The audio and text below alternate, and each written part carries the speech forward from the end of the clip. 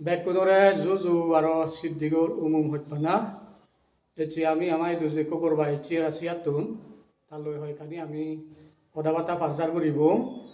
Te hite eci te aro tarude chohi. Te sanate seyelok sunielok kunusidu Siddigol hozoli e video bo tumiyo sene sei হয়তো তোমারও একখান inspiration হব সেনাতে ইকুনো আমার এই video বো আমি আর আমি ঘুরিতে যাব so Bante, nice to meet you. Nice to meet you. And today we have a talk show when you visit here in Mohabodi Buddhist Temple Tusham. We will have some questions to you and I hope we will get positive response from you. And so, my question is that, what inspired you to visit Tuisong, a remote Buddhist village in Mizoram? So many years ago, I heard about Mizoram because I read an article that in Mizoram about 10% Buddhists. So during that time, I decided in future maybe I will visit this place to see the Buddhist situation here. So last time when I visited Tripura, I saw in the Google Maps that I'm already nearby the Mizoram, and I decided so I can now visit Mizoram and see Buddhism. I posted in Facebook question, is there any Buddhist temple which I can visit, and get reply from Sudip Chakma, and after this he said that I can visit in Mahabodhi temple. Then I went from Tripura to Mizoram. Oh, thank you so much, Bante. Actually, we are really happy to have you here because the international community should come here so that they can observe our situation here in the Buddhist peoples of Mizoram. So my second question is Bante to you. How did you discover Buddhism and what made you become a monk? So when I was a lay person in Russia, I was reading some literature about Eastern philosophy and Eastern religions, and during my studying I most preferred the Buddhist teaching because the only Buddha's teaching offer people the path how to become Buddha. So in other religion, you cannot reach the same status, same level like the founder of this religion. For example, in Christianity, you cannot become Jesus Christ, but Buddha say everyone can become Buddha. So I was inspired by this idea. Later, continued my learning of Buddha's teaching through the books, through the video, and etc. Yeah, thank you so much. You have rightly said anyone can become Buddha and if they have willingness. So thank you so much, Bante. What do you think about the Buddhist practice in our village here in Tuisong? Yeah, what I see is like traditional Buddhist practice. It's similar to some other traditional countries like Thailand, for example. So mostly like chanting and puja. Sri Lanka also has the same approach, but it would be very good if Tuchong or Mizoram at least, if they develop also practice through Buddhist education and also the practice of cultivation, bhavana, some kind of meditation center maybe if you create, then it will be the higher or better degree of practice, and it will improve and support your daily practice and become you will become the more developed in body, speech and mind. Okay. Thank you so much. It is very important answers. So, in your opinion, why is Buddhism important for people in today's world? Because not only today, but through the whole mankind history, Buddhism always was important. Because the Buddha told the Dhamma is akaliko. It means actual for every time. So there is no any special time for Buddha's teaching. Every time is important because in every century people suffer. Buddhism offers how to become free from suffering, how to release from suffering. So the science, it will never give you answer how to free from suffering. Science will never discover the path how to become free from all illnesses, all diseases, old age, and death. Because these things will exist throughout whole history in future, and it always existed in the past. This is something out of time. Okay, well, thank you so much again, Bante, for your beautiful answers of my questions. So, in your opinion, why is Buddhism important for people? Can you share how Buddhist teachings like compassion and mindfulness and help solve modern problems? So, for compassion and mindfulness, they are very important aspects of Buddhism. But we cannot say the only important because the Buddha's teaching is very wide. It includes many factors. For example, compassion is only one of aspects of four formless cultivations known as Brahma Vihara. So the first Brahma Vihara is loving kindness. The second is compassion. The third one is rejoice. This means happiness for other people. And the fourth one, equanimity. This means to be neutral to happiness and unhappiness. Everything what happens with you, you perceive equally. And all person you should treat equally and don't behave wrongly by body, speech and mind to all living beings. And mindfulness is only one of the factors of Eightfold Path because Buddha never teach my path is only meditation. Because for only meditation you can go to others' teaching, but meditation like mindfulness is not enough only. You should have morality because without good fundament of morality, the mindfulness is useless. And the very important thing, the Buddha teach the mindfulness should go together with concentration. So the Buddha teach two types of meditation, the mindfulness and concentration. So we can say you should perceive the Buddha's teachings in the whole aspects, in the whole range, how is very broad and rich, and not try to bring some only parts of elements and believe that only through this is enough, only through this I can reach the final goal. Try to cultivate and practice Buddhism in the whole its richness. It is very, very nice and very meaningful that Bante have replied. So, as you have been here for at least 1 week or more, what message do you have for young people here who are losing touch with their spiritual roots? So, to get the roots with the spirituality, you need to learn, practice, and achieve the attainments of Buddha's teaching. As it is said that Pariyatti, Patipatti, and Pativeda. Pariyatti means to study Buddha's teaching, because Buddha said education is very important. All monks should be educated.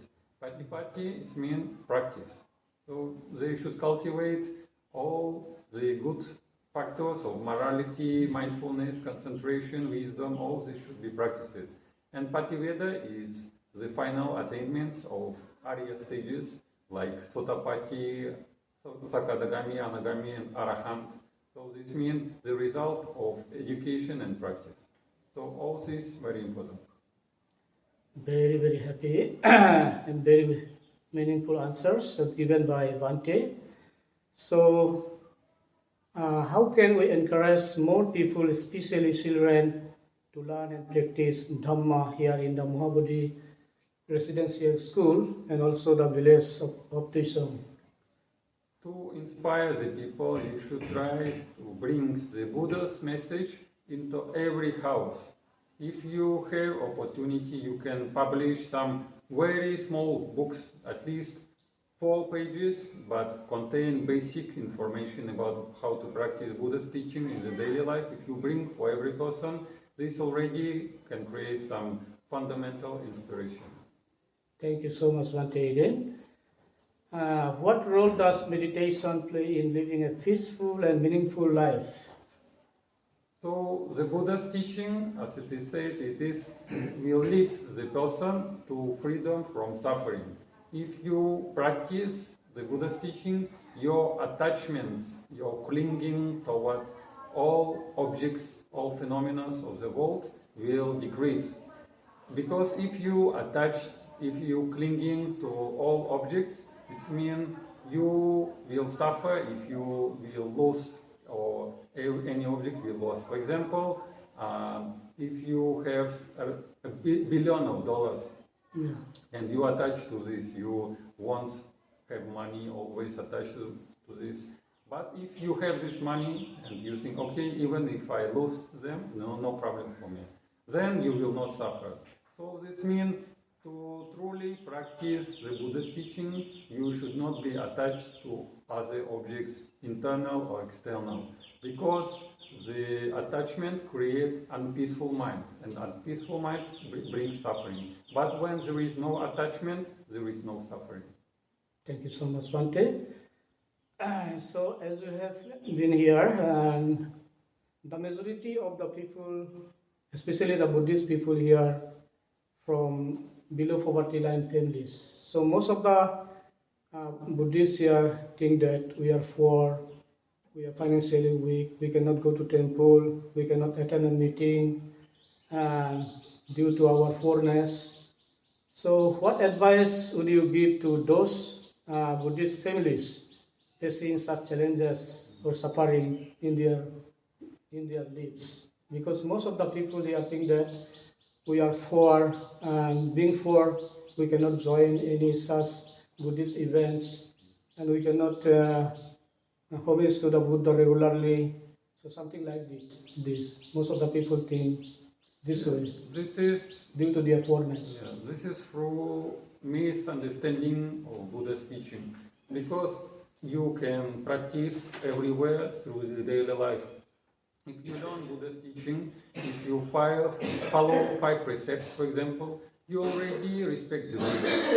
If you practice right views, if you practice morality, if you practice concentration, any of these aspects is already paying homage to the Buddha. Because Buddha said that through the flowers and through the pujas, this is the minor respect for the Buddha. But the big respect for the Buddha is through your own practice and through your own attainments. And you cannot say that you cannot visit a temple because you are poor. This is also wrong, because you have free time to talk with your friends. Why you can't change this time for visiting and pay homage to the Buddha in the temple? So this is also the lying to yourself. Thank you so much, Bhante, for your meaningful answer on our talk show. So, what do you think about the relationship between culture and Buddhism in preserving traditions?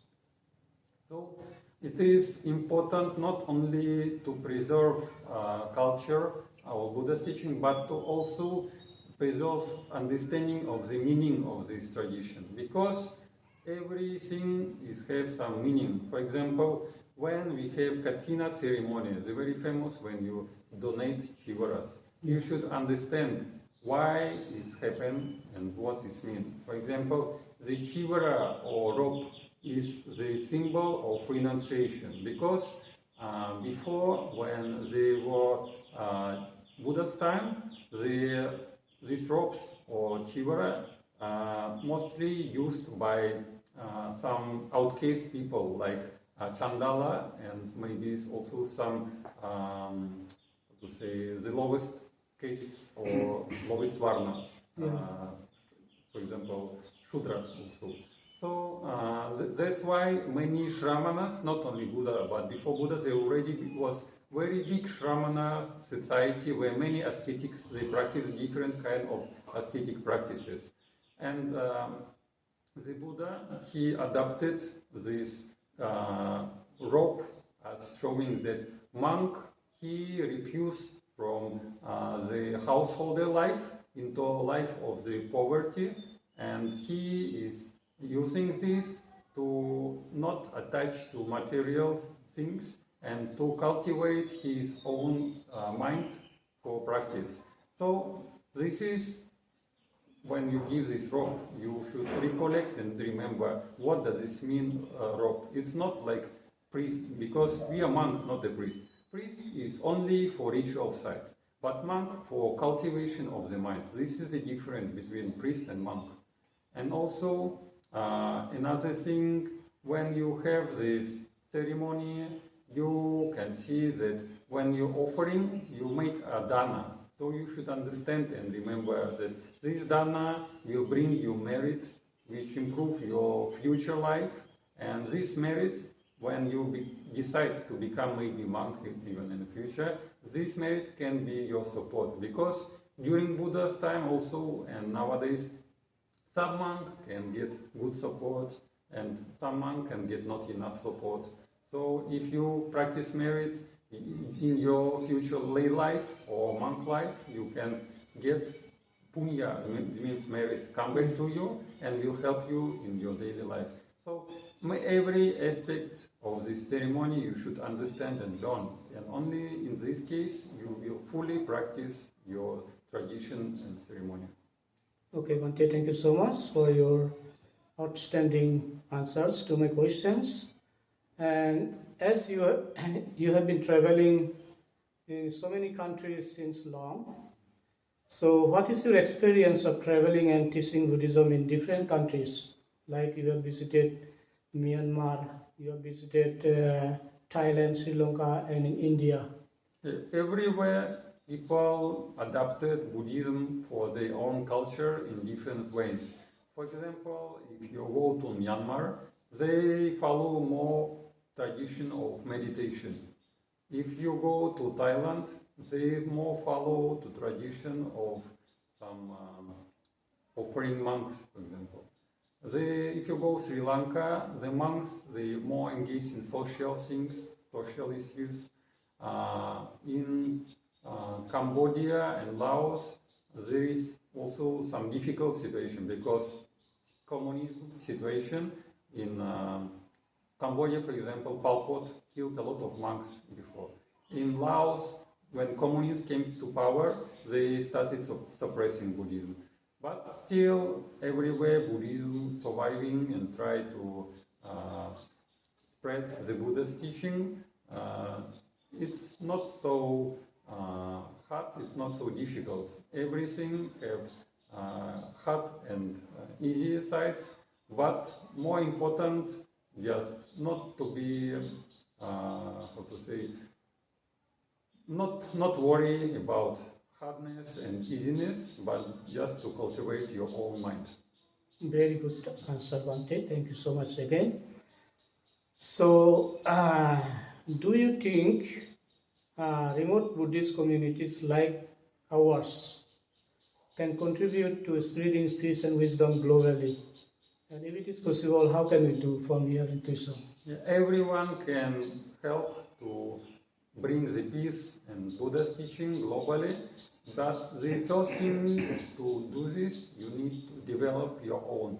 Because if you don't develop your own mind, your own society, you cannot bring peace and happiness to others. For example, if there is a poor person on the street, he don't have any money, he can only a little bit help, maybe not so much, maybe only 1 penny or 1 rupee he can give to other people. But this person who already quite developed himself like a Buddha, he is rich. That's why Buddha called Bhagava. Bhagava means the rich person. So the Buddha is rich in a spiritual aspect. So if there is a rich person, he can help to other, make some donations to other. So more important if you develop first of all yourself. Very good answer, Bante. Thank you so much. So here in Chakma Buddhist inhabited areas in Mizoram, not only Mizoram, like Bangladesh and even in India, we mostly practice Buddhist rituals like prayers, like suttas, etc. in Pali language, which is people do not understand what exactly they are chanting, what exactly they are praying, because majority of the people do not understand Pali language. But still, we the especially Chakma Buddhists have been practicing in Pali language despite of not knowing it clearly. So, what do you think if we continue our Buddhist rituals in this uh, linguistic way, like using Pali language? You can go through the many approaches. One thing you can translate to your own language and line by line chanting, for example, Pali Chakma, Pali Chakma, Pali Chakma, like this. Another thing is important that the more people learn Pali, because if they learn Pali, they can help for translation. Nowadays it's very easy because in the internet there is so many books for a person who know English. He can learn Pali through the PDF books or some YouTube courses. There are so many things. So you have some people who know English. These people who know English can engage in translations, in learning of Pali, and many things. So more important if you bring the English-speaking people, or you teach English to other people who already coming who don't know English, and through this approach you can develop the knowledge of the Buddha's teaching during chanting or during learning suttas also, because even if you translate, you read in your own language, but after this also you should learn in Pali, because Pali, every word have many meanings. For example, the word Dhamma, one meaning is the teaching of the Buddha, the another meaning is phenomena. So this is very important to have in both languages, in Chakma and Pali both. Thank you so much, Bante. So, as you know that the Mahabodhi Residential School was established in 2016.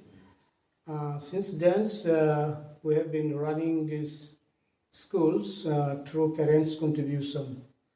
Whatever donation we receive is only for the infrastructures development fund, but we don't get any donations or any funds for the teacher salary, like students' monthly fees, etc. So whatever may be, our future plan is to to establish Sangha education projects. I personally think that without educations for the monks and novices, our monks and novices will not understand the Buddhism clearly, and also they will not be able to teach the Dhamma clearly to the devotees here. So, what approach and what steps to be done if we start introducing such a project like Sangha education projects? What is the question? I mean, a school for the novice and monks. We want to study, but we don't have any donor. So they think you need to connect to other Buddhist organizations and to get the donors. So to do this, you need to have some people who travel and establish contacts. Because only through this you can get the donors. Otherwise, you will be blocked. So nearby you have many states also, like Assam, Tripura. These states, they develop Buddhism quite well. So you need at least travel to these areas and contact to all monks over there and tell about your project. The other thing, sometimes is happening some conferences, Buddhist conferences in India. You can participate and ask them for donorship. They also, maybe you know, Ambedkar Buddhism in southern. They have nowadays a lot of money because many Ambedkar Buddhists now in the government of southern states. So they can. This means they can support also and help. So you need to establish connection with southern Ambedkar Buddhists. If you also travel abroad, you can also attract and ask people. So the main thing, you should communicate. If you communicate, you can get help. If you not communicate, you cannot get any help. Very good answer, Bhante. Thank you so much. We'll try our best to reach out more people so that we can establish a Sangha education projects. Our novices and monks can study there and to get educated. And after that, they can teach to our peoples here. So, India is a secular country, as you know that, and every people has their own right to accept and practice a religion. But when we see our people in our Chakma Buddhist community, many people are converting to other religions. So, what are steps to be taken to stop such a conversion? Because division between a community in religion is very dangerous, I mean to say. So many people are converting now to other religions. So as a Buddhist, what are steps to be taken here in Mizoram? The first one of important steps is education. So if you make Buddhist education, if you study Tipitaka, then the people will not convert. But Buddhist education is very important, but you need to learn some certain aspects. For example, if you understand the other religions and other teachings through your own religion, then there is no possibility or opportunity for conversion. For example, as I told before, the Brahmajala Sutta. It explains all philosophies and all religions in one sutta. The other thing, if you, after learning Tipitaka, important commentarial literature, Pali commentarial literature, have many information and many review of other teachings and religions through the critical approach. And also important to learn not only Theravada, but if you study Mahayana, they have many treatises and manuals about other religions. Because in ancient India, Mahayana produced many philosophers in Nalanda University. So these philosophers, they wrote many works. They review all religions, because during that time there also were many Hindu philosophies, Jainism, Hinduism, Sankhya, Yoga, Vaisheshika, Vedanta. So they criticized and wrote why these religions are wrong, what is illogical, why Buddhism is logical, why other teachings are illogical. They explained all of this in details. So this means you should learn first Tipitaka, second is commentarial literature and treatises and manuals. And through this whole learning, you can start produce your own literature, which explain in a brief and in short way all, supporting all ideas why Buddha's teaching is true and why other teachings are wrong. This in Buddha's teaching is called Samaditi, the right views. This is Buddha's teaching. And Michaditi is wrong views. So if you learn and if you create your own literature, then you will save the Buddha's teaching and maybe even convert other people into a Buddhist teaching. Very good answer, Bhante. Thank you so much. Lastly, what is your message to the people of Mizoram about preserving their Buddhist heritage? So, for Buddhist heritage, what you have here, you have people and you have monasteries. To preserve the monasteries, to preserve the people, you should help the people, you should help the monasteries, you should cultivate yourself, you should support the monasteries, and you should spread the Buddha's teachings among the local people, and try to also establish economic of Chakma people. If you establish economic, all things will be much more easier. And after you establish economics, after all people get all access to important things like even smartphone is nowadays very important, Yes. then you can become a part of a worldwide Buddhist society, worldwide Buddhist community, because nowadays many people from Buddhist countries, they already participate, like Thai people, Myanmar people, Tibetan people, even from Russia, we have some Buddhist communities who participate on international level. So in future, if you develop economically and you continue developing Buddhism here, you will become a part of Buddhist international society. Thank you so much, Bhante, to have this session. And thank you.